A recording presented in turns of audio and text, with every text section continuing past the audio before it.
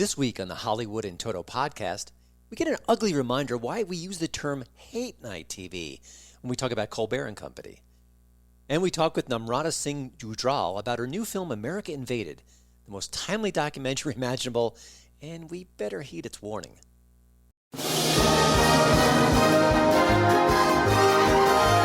Welcome to the Hollywood in Toto podcast. Entertainment news and reviews without the woke Hollywood narrative. Free speech, free expression. Now that's entertainment. And here's your host, award-winning film critic, Christian Toto.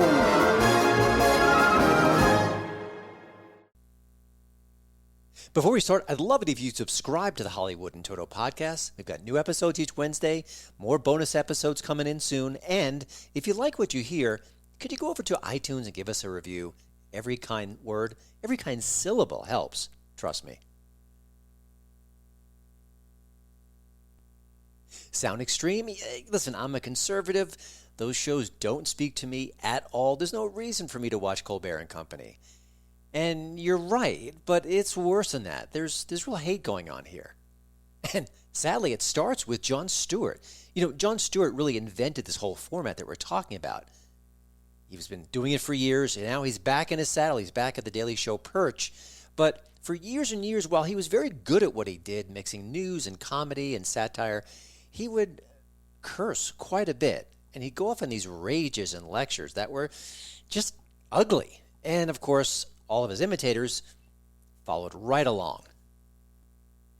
And as we all know, Stewart is back on The Daily Show.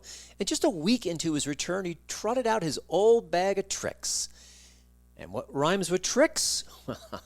Well, he capped his recent attack on Tucker Carlson with this. I know I've said this before. You're such a dick. Not to be outdone, Stephen Colbert over at The Late Show, he melted down over, well, you know who, Donald Trump. Again. Just listen. I know how numb we've become, but it's not normal. No other candidate for the presidency has ever had to pause his campaign to defend himself in multiple courts. And I would like to point out that in all 7 of his cases, no one doubts that he did these things. We're just sitting around patiently waiting to find out if the wheels of justice will grind fast enough for there to be any consequences. And the media is covering it like it's any other political story, like it's all horse race. Now, to Colbert's credit, there's no cursing here, but his voice is getting raspy and the rage is just so obvious. And by the way, where are the jokes? Don't we miss jokes? Isn't this a comedy format? Then there's John Oliver over at HBO. He is the absolute king of smug. And in this clip, he begs Black Supreme Court Justice Clarence Thomas to step down. Why? Has he committed a crime? Is he some horrible, terrible person? Oh, no. Clarence Thomas leans to the right. He follows the Constitution, and John Oliver doesn't like that. And for that reason, well, he's got to go. Well, to use the left's terminology, it sounds pretty racist, isn't it? Well, in reality, it's just more hate, couched in the form of, this time, of a bribe. We are excited to offer you this brand new top-of-the-line Prevost Marathon motor coach. Look at this beauty, Clarence. It's worth $2.4 million, and it's got a full bedroom. Yes, that is a king bed. 1.5 baths, a f***ing fireplace, 4 TVs, a washer-dryer, and I quote, a residential-sized fridge. And if you're thinking, what will my friends say if I take this offer? Will they judge me as they sit in their boardrooms and mega yachts and Hitler shrines?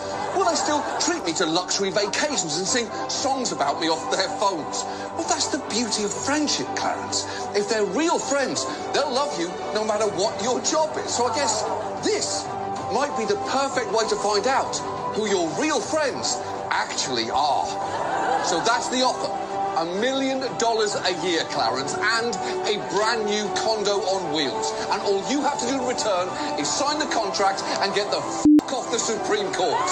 Talk it over with your... Shocking? Oh, not really. This is late night TV. Imagine drifting off to sleep watching these propagandists go through the hateful motions.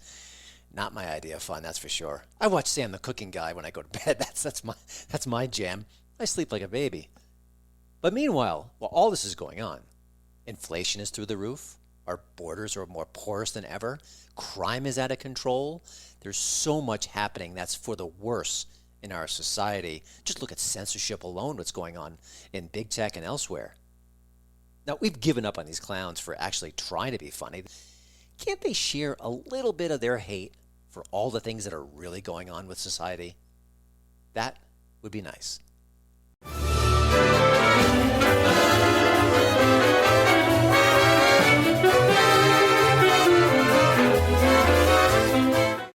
Here's your movie trivia question of the week.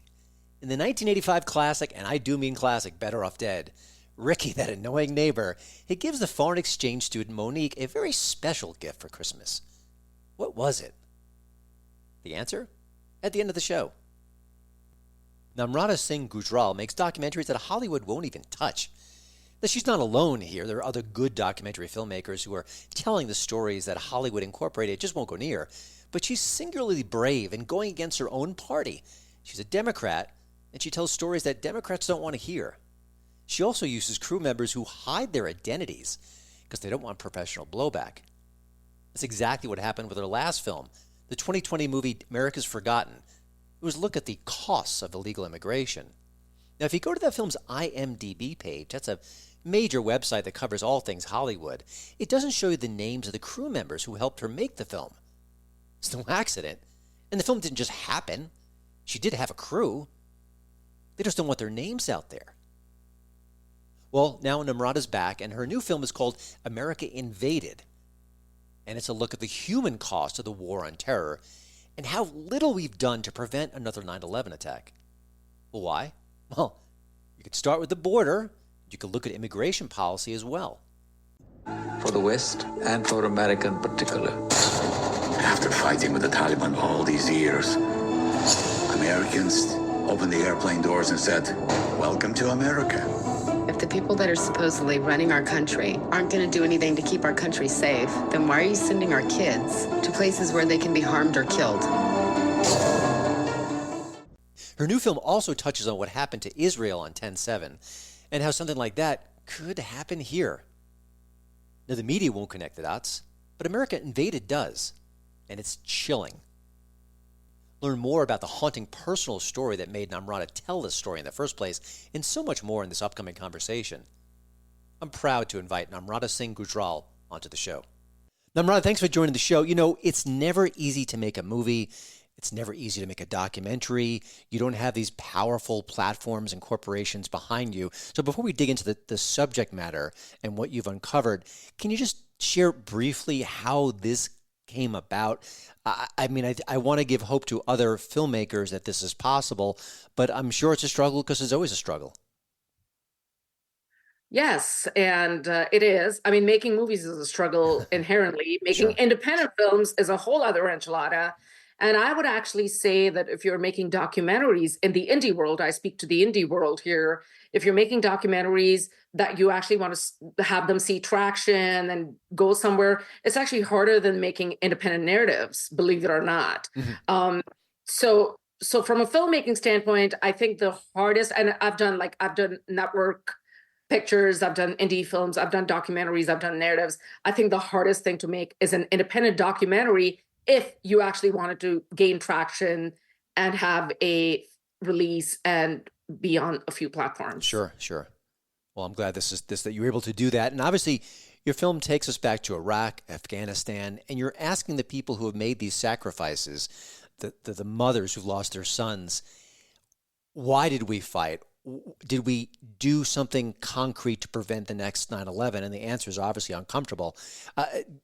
Explore that a little bit. I mean, it's such a horrifying thought, and your film really uncovers all the reasons why. But just was that the main thrust, to sort of looking back? I mean, you mentioned the woman in the beginning who reached out to you and recognized you from previous films, but just talk about the impetus behind this movie.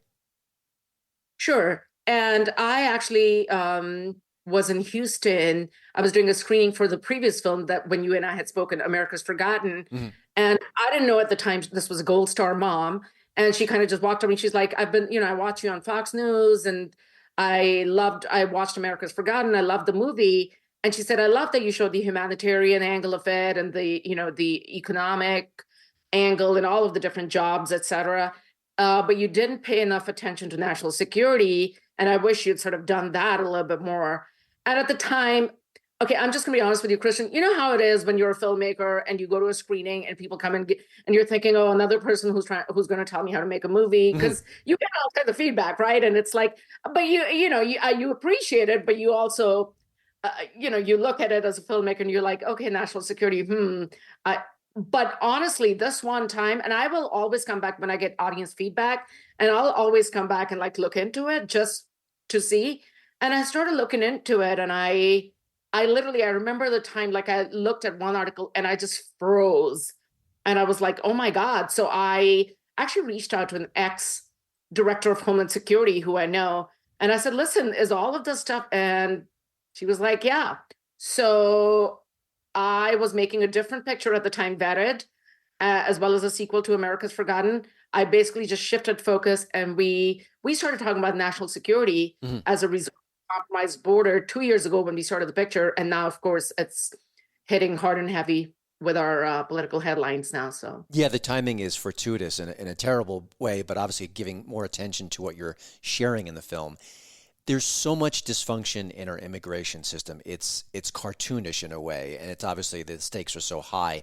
Can you share, the film has lots of examples, but just share one quick example of how this dysfunction plays out, because I think people really need to understand all the holes, all the problems, all the corruption. You made an entire film of it. We can't capture it all here, but just give one quick example of how things are going awry. So I'll give you a quick example. So we talk about the legal entry methods into the U.S. as well as illegal at the southern border, and all of the ways every single method is being abused and, has fraud, by the way. I'll give you an example of Afghanistan and the pullout from Afghanistan. And we actually have a congressman in the film, Corey Mills, who talks about this. But then we actually also track the story of a guy called Khan. That's his... we had to change his name for security purposes. He actually lives in Afghanistan, and he was a special forces guy, couldn't get out. And he tells us in the film, if you watch his interview in the film, that'll be a moment for any audience members to just sit back and go, what the heck have we done? He literally tells us that there are Taliban who got on those planes that had killed American soldiers in Afghanistan that are now currently in the United States. It's shocking. It's one of many shocking parts of your film. And, one of the interesting things about it, again, tragedy meeting the film itself, was what happened in Israel and their border situation, and then our border situation. Even you can look at Ukraine and what's going on there. Obviously you were able to do this at the last minute. Was there sort of a rush to get some of the most recent news and the most recent headlines that play directly into your story into the film? Was there like a last minute change? Because I know these films take a while to make and to complete, and often the completion date and the release date there can be a chasm there. But how did you get all this information in there so quickly?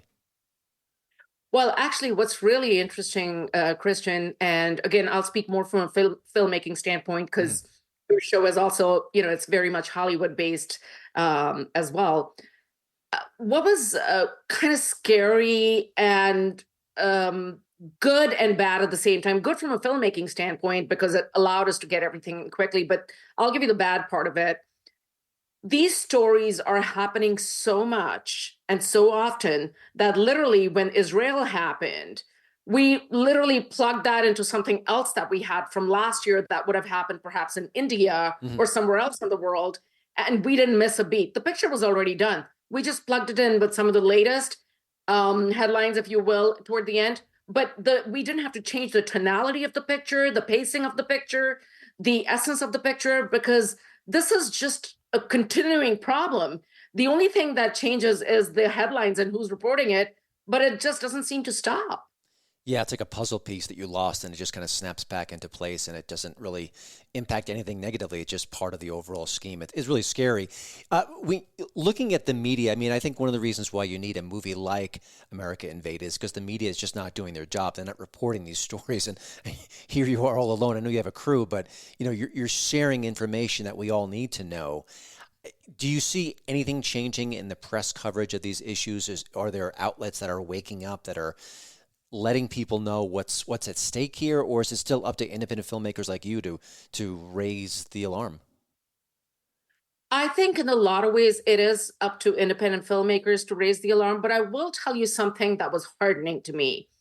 When we did America's Forgotten, I don't know if you remember this from the film then, but none of my crew or cast at the time, well, not the cast, there wasn't a name talent cast in that, but none of the crew wanted to attach their name to the movie because they were so scared of the political backlash that they would get from Hollywood moving forward. I remember that, yes.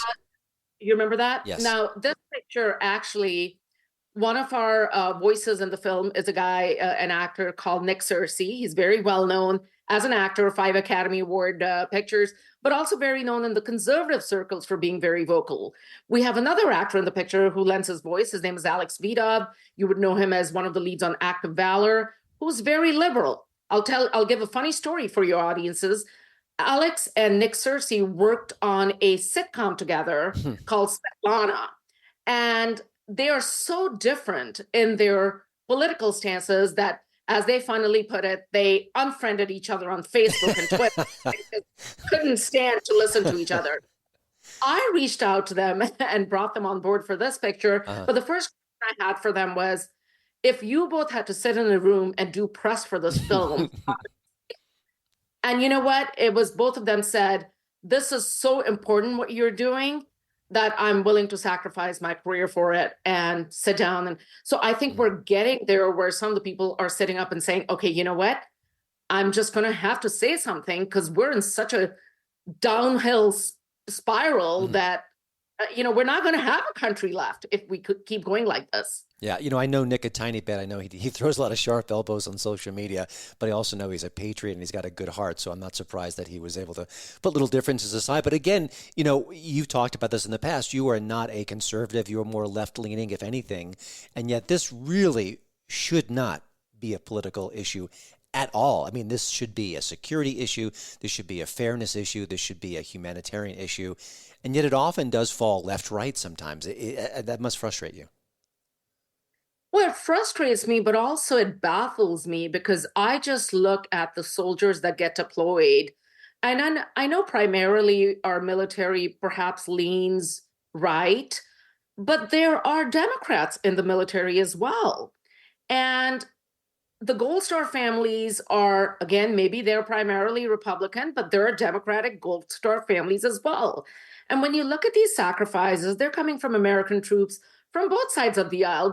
This should have nothing to do with party. This is about our kids that go to war and what do we do to uphold their legacy. Every American should be thinking about that and voting responsibly, keeping those sacrifices in mind. This has nothing to do with being right or left. In the movie and on recent headlines, I've seen stories about the U.S.-Mexico border and how porous it is and how there are bad actors being caught along there, and I'm sure many others who are not being caught. Is there anything that gives us hope as a culture and as a country in this regard? I feel like you can't just say that and then move on to the next subject, but it seems like that's exactly what we do. You read the headlines. I think maybe Christopher Wray will say something about this. I believe that maybe was focused on your film as well. It's the kind of thing you mention it and then you move on to the other topic. How could we be moving on? I don't understand how we can acknowledge the problem and not try to act on it in any way possible. I mean, I don't even know what the question is. It's staggering to me that this happens, that we see it, that your film amplifies it, and that there's no one out there doing something from either party or even a pundit from the left or the right. Is anything changing in this regard? I know your film is doing all it can. I know you're doing all you can. But is there anyone sort of rising up to say to give this more attention?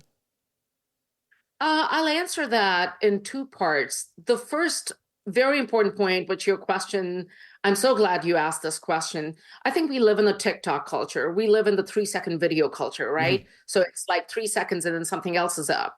And that's just the culture that we live in. And I think primarily this is also a cultural war because again, that sort of 3-second TikTok culture, it doesn't let people sort of sit and marinate with the problem and understand the problem and then try to figure out what the solution is. They've just moved on from one thing to another. So I think that's one thing. The second is anyone doing anything about it? I think there are a lot of people trying to do something about the open border, something about our legal immigration system being frauded the way it is. And I don't want to get into politics, but I'll just give you this little example. There was a bill at the Senate that failed, right? A couple of weeks ago. And it was a win-win for Biden. I always say this, it's a win-win for Biden because he put this bill on the table. If the bill didn't pass, the left would probably say exactly what they did, which is Republicans don't want to play. They don't really want to fix the border situation. They just want to keep this as a problem going into November. As a talking point. The bill, right. But if the bill did pass, then Biden would say, well, I'm the only president that actually brought everyone together and fixed the border. So I think this was a slippery slope for Republicans, no matter what had happened here. I think that that bill, by the way, was awful. As a Democrat, I can tell you who studied this problem extensively, you have solutions and then sometimes you have Band-Aids. And I'm not even sure that was a Band-Aid. I am very glad, even as a Democrat, that just knowing enough about what's happening at the border, it wouldn't have done anything. And it actually would have stopped someone from taking proper measures in the future to actually find a solution. So I think in this case, the Republicans were right in not going along with that. I think what does need to happen, though, is, I said this on another show, I think part of what we're losing in the country is everything is so polarized. And yes, I'm a Democrat who speaks out against it, but there are many Democrats who just buy along with the narrative and go along party lines. And I think on this particular issue, the Republican Party or the right should perhaps do messaging that reaches or filters through a little bit better, maybe make the messaging more simple so people can understand, maybe give examples of Gold Star families as I have, because if it's something that Americans can relate to, I guarantee you that even some of the Democrats, maybe perhaps not all, will actually sit back, take notice and pay attention and be willing to be a part of the solution. Yeah, I think the tribalism in this country is crushing us on so many levels, but here it's the consequences are profound. You've dealt with controversial subjects before. You've taken heat. You mentioned some of your colleagues wouldn't even want to have their names attached to a film. That just reflects the fear that's going on. Did this particular project cause similar backlash? Any issues? Have you struggled in any way beyond the usual, I'm a filmmaker making a movie, it's hard to do? What's this journey been like? I think very similar to America's Forgotten. And if I make another film like this, I don't anticipate that changing anytime soon. In fact, I'll again, a funny story for your audiences, but after America's Forgotten, I remember someone wrote to me, you'll get hate mail and you'll get love mail and you'll get all kinds of things when you make a controversial picture. And I remember one person wrote and said, "You are a white supremacist. You are a you're anti-brown, you hate immigrants." So just in this one case, I said to my assistant, I said, just get me that email. And she's like, "No, you don't want to start engaging with people." I said, "No, I really want to make a point here." So I actually emailed this person in Phoenix and I said, "I just want you to know, for the record, I am an immigrant. I'm not anti-brown because I am brown, and I'm not a white supremacist because I'm not even white." And this person wrote back and said, "Oh, I don't buy it. I bet you just came up with a name so you sounded more exotic."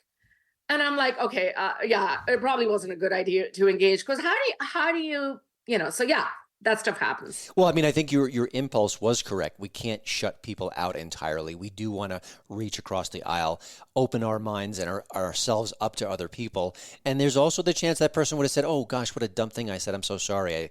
I just immediately assumed you were this because of that." And but listen, it wouldn't be the first time someone tried to reach out and to work out. Sure, but Christian, I also think, I'm not a politician, right? I'm a filmmaker. So for me, when someone says that, like, just given my background and what I do for a living, creatively, I start thinking, well, what's behind this? Where's this coming from? That's what we do. We try to explore emotions and we try to explore what's, that's how you write your characters. So I'm just like, where is this coming from? I want to know deeper. But at some point, it's like, oh my God, like there is nothing deeper. This is a person who's taken a stand and thinks I'm white supremacist and anti-brown, and that's how it's going to be. So, I mean, I could literally show up and present myself to her, and she would say, no, you're a white supremacist. So it's just unfortunate, but that's how it is. Yeah, I mean, if Larry Elder can be the black face of white supremacy, and according to the LA Times, then I guess sadly you're fair game as well in this crazy world. When you think when you think about everything you uncover in this film, it's a deeply pessimistic film, and that's just by design. You wouldn't be honest if it was any other way. But do you have any optimism regarding the subjects you're covering, regarding helping with the border, regarding understanding what we lost from 9/11 and the heroes, and not wanting that to happen again? Not just wishful thinking, not wanting that to happen again, but actually seeing some concrete steps toward that. Is there any room for optimism, or are we not quite there yet? That's a great question. So, Christian, I'm actually a 2-time cancer survivor, and I say that for a reason. I survived breast cancer, and then I survived a very aggressive blood cancer where I was given 3 weeks to live. And here I am, like 12 years later, because of a clinical trial where only 2% of the people walk out alive. And the reason I mention that is I think I have learned in my life to know that where there is life, there is hope. So just given my personal optimistic attitude toward every single day that God gives us as a gift, that there is always hope. Do we have work to do? We have a lot of work to do. And I think part of it is not just the work in terms of sort of securing the border is an important thing. Fixing our immigration, visa, asylum, refuge. You saw all the fraud stories that came out of Kenya in the film that we talked about. Shocking, yes. I think certainly those are important things, but I think also very important is going to be the public relations culture war in all of this. So I think whoever is looking to fix this, if they're listening to me, just a humble filmmaker, understand this is not just going to be about making physical changes to our system. A lot of this is going to be psychological in changing not the hearts and minds of the world, but the hearts and minds of Americans who can't seem to understand why this problem needs to be fixed. And I think it's going to have to be simplified for them. And somehow that messaging is going to have to make it through and permeate to those Democrats that are not quite completely left, but somewhere in the middle, that there is still hope that they will change their stance and vote for people that are able to secure the legacy of our troops overseas. And that's why a movie like this, which is apolitical, truly apolitical to the core, matters. You're engaging in the culture wars in a way that's positive, that's helpful. And if there is any optimism here, I think your film is part of that optimism, at least that chance for it. You can check out the film at salemnow.com, stream it there. You could also find it on Rumble. But if you have any questions, just go to americainvadedfilm.com. You can get all the information there. Namrata, thanks so much for talking with us, for sharing the story, and for making this film. It matters. Go see it. It's powerful. It's haunting. Most of all, it's necessary. This kind of film is what Hollywood should be making. And if they're not going to make it, there are filmmakers like you who are doing just that. So thanks again. Thank you so much for having me.